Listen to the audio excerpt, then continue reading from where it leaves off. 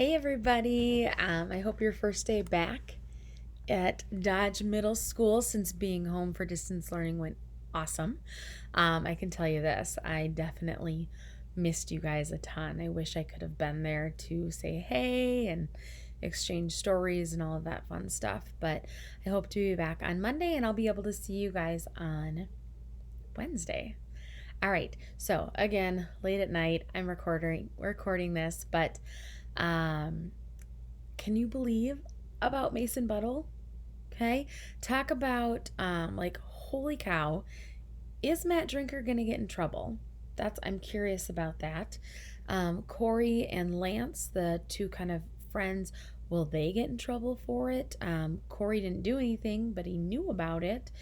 And then Lance started it, but Matt was the one that went back and saw it a little bit further in there. I'm just curious to find out how that all is gonna to play out. So, all right, we have chapter 69. This is called Family Plan. Um, and again, this is my blind reaction because I haven't seen it or read it either. So here we go. Oh my gosh. All right, let me get comfy. I do not know what is up with Grandma, but she asked me to bring in this basket of apples. First time in a long time, and she told all of us to be at the table for a family meeting. She said, "Come with clean hands." So here we are, Uncle Drum, Shailene with her box of vanilla wafers, Grandma and me, and Mooney settling down by the legs of the chair. That's the other thing. I think that the drinkers just left, and I don't think they're coming back for Mooney. So I have a feeling that Mason is going to end up having a new pet, which is probably good for them. Grandma hands around paring knives and peelers. Tell you what, I didn't even know we had so many of them. That's what comes with not being allowed in the kitchen. Well, she picks hers up and an apple too, deep red Rome. She starts taking the peeler to it, and then she gives us a look like we better get at it. And we do. Even Shailene, who has been looking at her peeler like it fell off from some alien ship. Grandma says, "We have a big pan to fill before anyone gets supper. We're making a crisp. And while we work, I have a few things for us all to think about." She takes a swallow. The peeler jingles in her hand, and she says, "We've had hard times. Those kept coming for a while there. We were a bit knocked down, but now we have just gotten ourselves out from under an enormous weight. Lieutenant Bard has moved his investigation away from this family. With that put right," her voice squeaks a little. She says, "I think this is our time to ask ourselves to make some changes." And then she tells how the Buttle farm belongs to family and always has. She says it is handed down to the next generation. We have had our share of losses, but we had two children, Drum and Mason's mom, Amy. With Amy gone, her part of the farm goes to her boy. So here at this table, we have the two people who will inherit this house and land. I forget to peel. I have never thought about living anywhere besides here, but I have never thought about it being half mine either. Grandma catches me sitting still and she nods at my hands, gets me peeling again. Shailene starts to sniffle. She puts down her peeler, blots her face in her elbow. She sneaks a vanilla wafer. Like Grandma, won't see that. Drum just keeps peeling and paring. Doesn't take his eyes off what he's doing. Grandma says, "So, my men, you'll be partners in this place, but for now, it's mine. And Drum, that means no more selling off this land. I appreciate that you were managing things as well as you could. I'm glad there has been money. But you cannot go on shrinking a pie that doesn't belong wholly to you. That cannot be your job, and I can't force you to be an orchard man." I think this. But he is an orchard man. I just know it. Grandma says, "If apples are not your passion, fine. But you need a steady job and much shorter days at the diner. Now I have my plan. I'm going to start baking again. Small scale, just as much as I want to put out for sale. No orders. It's the end of the season, but there are plenty of baking apples out there still. Now is a good time for me to try. So, Mason, I will be needing a good apple picker." I say, "I can do it. I will love that."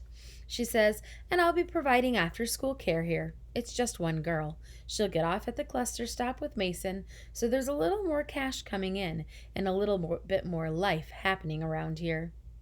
Oh, I'm so happy they're finally going to actually start making it back into an apple orchard. So hopefully Mason won't have to call his house a crumble down, and they'll start kind of putting the pieces back together.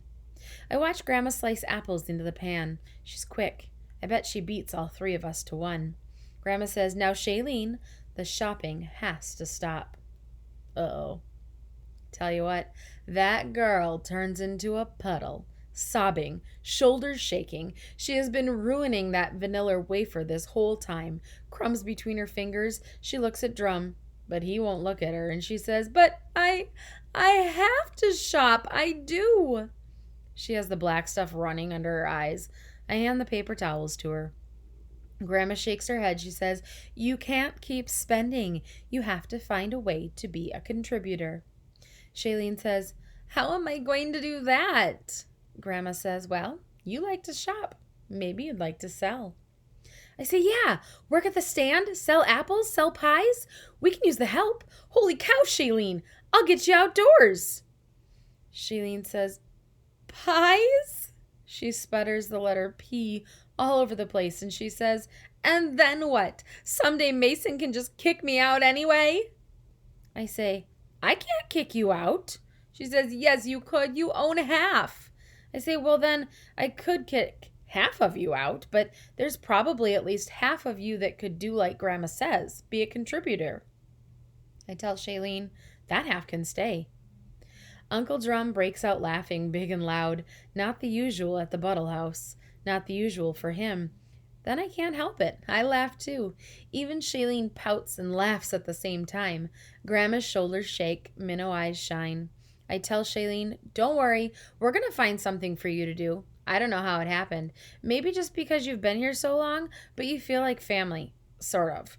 I don't think the Buttles can put family out." Aw, so they're gonna keep Shailene.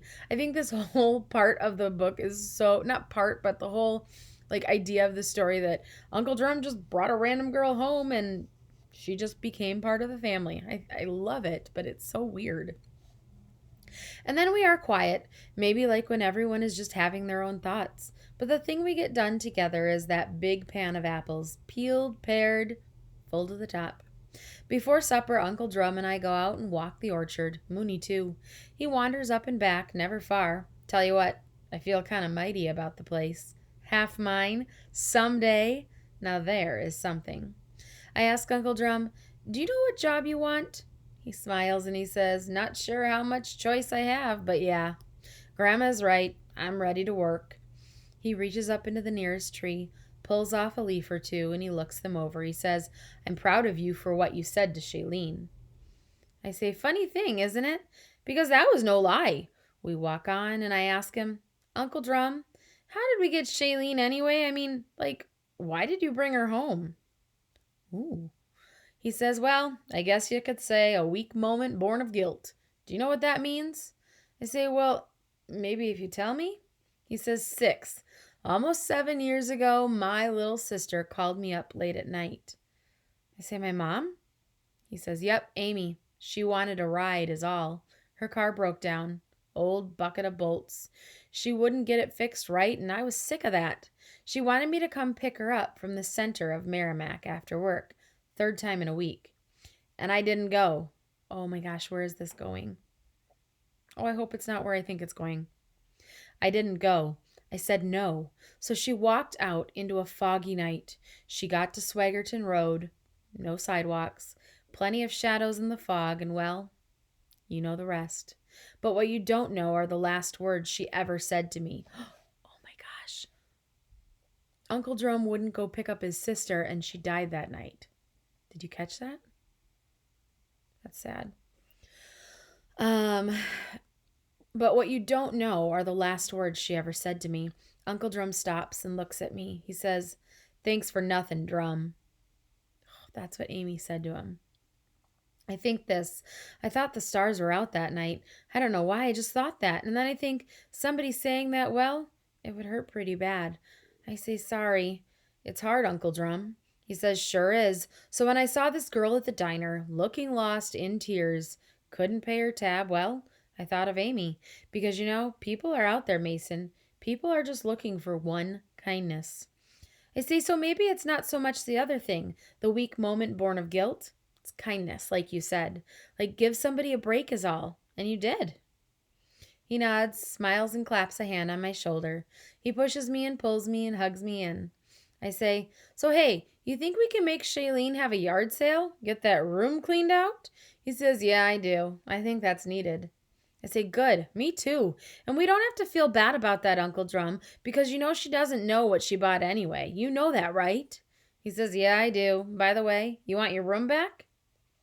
I think about all I can see from the upstairs window, the backyard, the orchard, the heat from the root cellar, and the mighty aurochs on his wall. I say, nah, thanks, Uncle Drum. I'm good upstairs. And then I tell him, you know, I'm glad about what Grandma said tonight to all of us because, you know, I've had a bad feeling, kind of like the Buttles were going to go extinct. Uncle Drum snorts and he says, I know what you mean. I say, I don't want that for us. He says, won't happen. I promise you. That was a good chapter. I hope you liked it. There are 74 chapters total, so there's only 5 left.